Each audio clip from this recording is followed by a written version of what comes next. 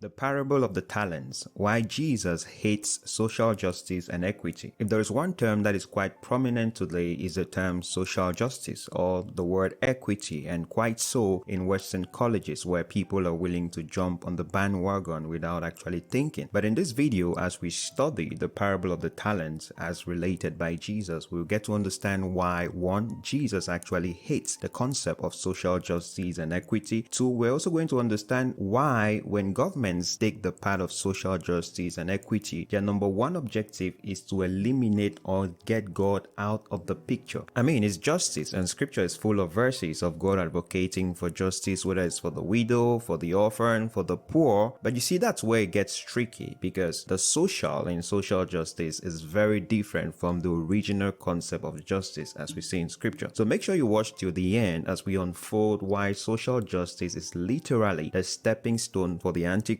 why socialist, communist systems hate God so much, and why Jesus didn't address social injustices like slavery or the aristocracy in quotes during his time, where you were either born into the higher society or you were born in the lower society. So let's get into it. In our radicalized world of mindless, angry activism and social justice at all costs, as we look to blame history for all the injustices or the unfairness in quotes that we see in the world today, we should remember to also blame Jesus, because, well, in his time they were slaves and he didn't address it for once. The question is why? Well, let's look at that in Matthew 25 verse 14 to 20. For the kingdom of heaven is like a man traveling to a far country, who called his own servants and delivered his goods to them. And to one he gave 5 talents, to another 2, and to another 1, to each according to his own ability. And immediately he went on a journey. Then he who had received the 5 talents went and traded with them and made another 5 talents. And likewise he who had received the 2 gained 2 more also. But he who had received 1 went and dug it in the ground and hid his Lord's money. Verse 19, after a long time the Lord of those servants came and settled accounts with them. Verse 20, so he who had received 5 talents came and brought 5 other talents, saying, Lord, you delivered to me 5 talents. Look, I have gained 5 more talents besides them. His Lord said to him, well done, good and faithful servant. You were faithful over a few things, I will make you ruler over many things. Enter into the joy of your Lord. And we go on, the same thing for the guy who received 2 talents, and he did the same thing. Then he who had received the 1 talent, verse 24, said, Lord, I knew you to be a hard man, reaping where you have not sown and gathering where you have not scattered seed. You are not a just master. And I was afraid and went and hid your talent in the ground. Look, there you have what is yours. But his Lord answered and said to him, you wicked and lazy servant, you knew that I reap where I have not sown and gather where I have not scattered seed. So you ought to have deposited my money with the bankers, and at my coming I would have received back my own with interest. So take the talent from him and give it to him who has 10 talents. For to everyone who has, more will be given, and he will have abundance.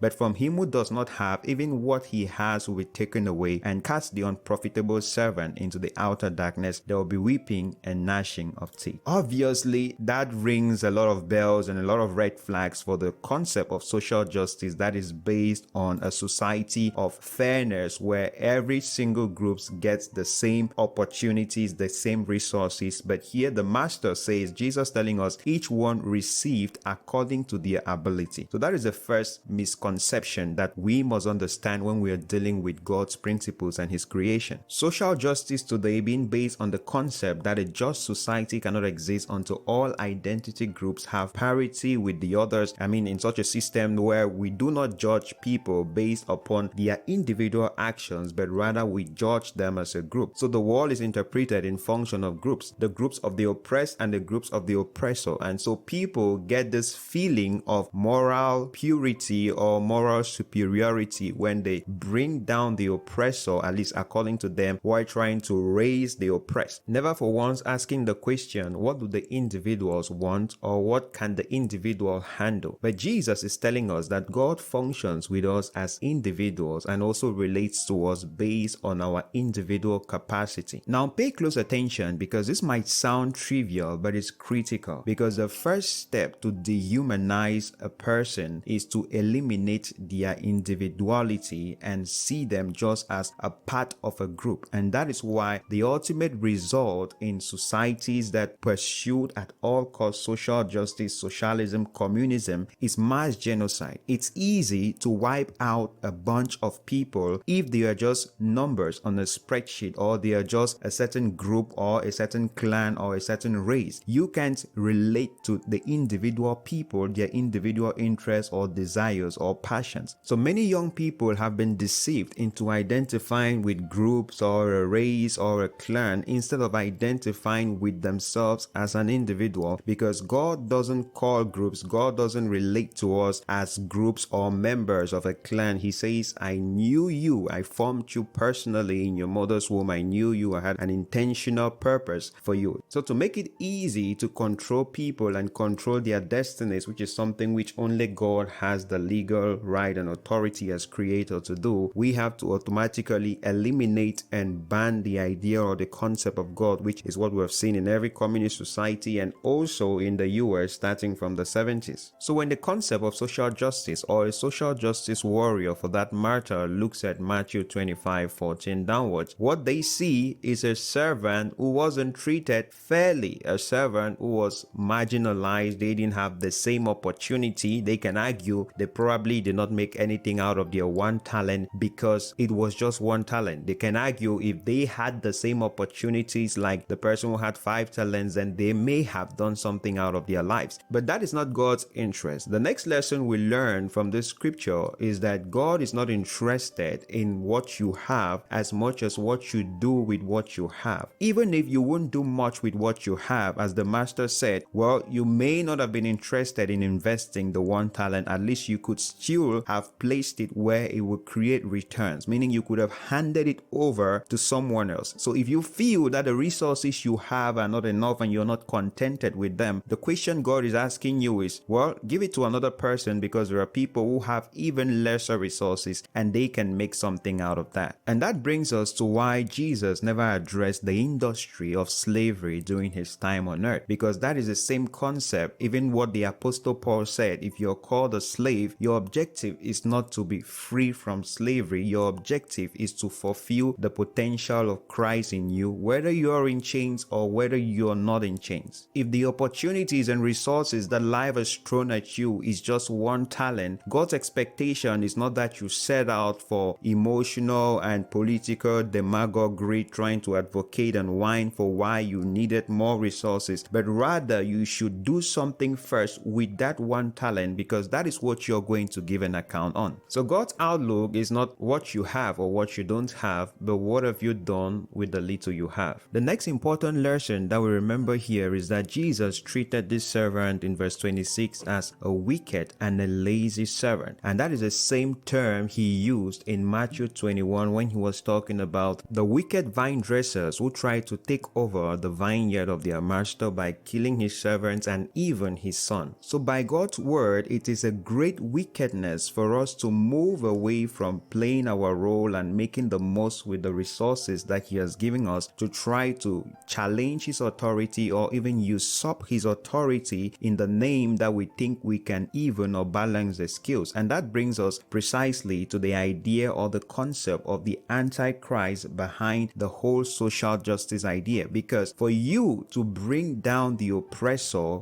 by your good intention, in quotes, to raise the oppressed, you need power. And if there is anything we know, power corrupts. Power corrupts absolutely. And that is why every single society that has aimed for social justice has always ended in total anarchy and destruction. And even as recent as the civil rights movement in the US, we have seen how power corrupts, where people who set out to fight racism and inequality have gone full circle to promote the same racism and inequality and division because there is some form of gain in it and they have received power in the process. So the very idea of social justice is the arrogance that we think we can create a fair society. In other words, we can do what God has failed to do, because when you look at nature, nature isn't fair. Natural resources are not equitably distributed all over the earth. Mountains and rivers and lakes are not fairly distributed. Even in the animal kingdom, there is no such thing as fairness or equity or even equality. Does this mean a society shouldn't pursue equality? No, of course. The Bible admonishes us to seek for justice. Justice is each and every individual getting what is due them. So as an individual, you get what is due due you based on what you have done to merit that. You don't get what is due you simply by reason of being associated with a certain group. Like a wise American economist puts it, while some people are being judged by things that happened before they were born, others are not being judged at all, even for the actions they take today. God admonishes us to pursue justice in our society, meaning if someone works for something, they get what they worked for. Can we guarantee that that alone is going to give us a fair society? No. And the fact that God already knew that and yet he didn't address it is because achieving perfect fairness is unattainable and actually in and of itself chaotic, because as we have seen, you need to possess tremendous power to even attempt to do that, and power corrupts. And that is why Galatians 6 verse 1 tells us, brethren, if a man is overtaken in any trespass, you who are spiritual, restore such a one in a spirit of gentleness, considering yourself, lest you also be tempted. So we have seen people point out the injustices in the world and somehow get arrogant, thinking they can automatically right every wrong, and they set out with that arrogance and end up being exactly what they set out to fight. The fact is, life isn't fair. We have to admit that. We have to accept that no matter how much we try, to an extent, we're only going to make things worse, and history is there to teach us all of that. But we must remember that even though it doesn't look fair, God in his wisdom to an extent has still designed fairness in it. As Ecclesiastes 9:11 tells us, I returned and saw under the sun that the race is not to the swift, nor the battle to the strong, nor bread to the wise, nor riches to men of understanding, nor favor to men of skill, but time and chance happen to them all. So you may be born with a natural strength or natural rapidity. That looks unfair if life is about a race or life is about weightlifting. But God is telling us it's not so automatic,